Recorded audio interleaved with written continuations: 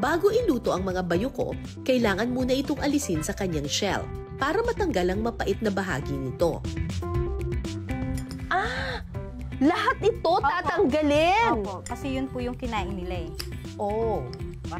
Ayan. Yan. Okay, so ito na yung nalinis nating mga bayuko.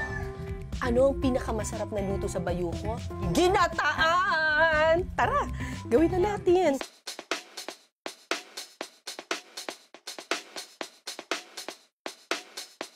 Sa kawali, magigisa ng luya, sibuyas at bawang. Sunod na ihahalo ang mga nalinis na laman ng bayuko. Sunod na ilalagay ang siling haba, paminta, asin, at seasoning. So ngayon, ginigisa na lang natin ito. Pero kanina, nung nasa shell pa siya talaga, pinakuluan na ito ni ate for 20 minutes Apo. na nilagyan na ng asin. Opo. At saka ihahalo ang kakang gata o yung unang pigang gata.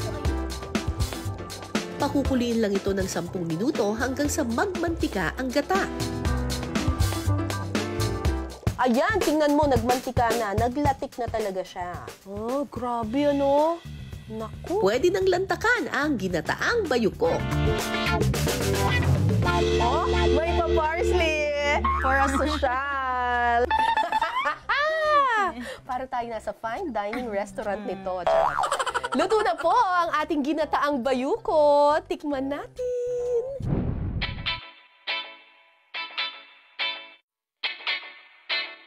First time ko itong kakain ng bayuko. Diba? Parang lengwa yung peg nito. Lalagyan ko ng gata. At syempre, kapag may gata, kailangan may kanin.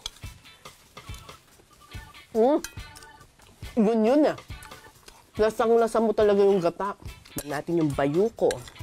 Talagang yung nagmamantika pa yung gata. Napakalinamnam. Naluto talaga ng maigi.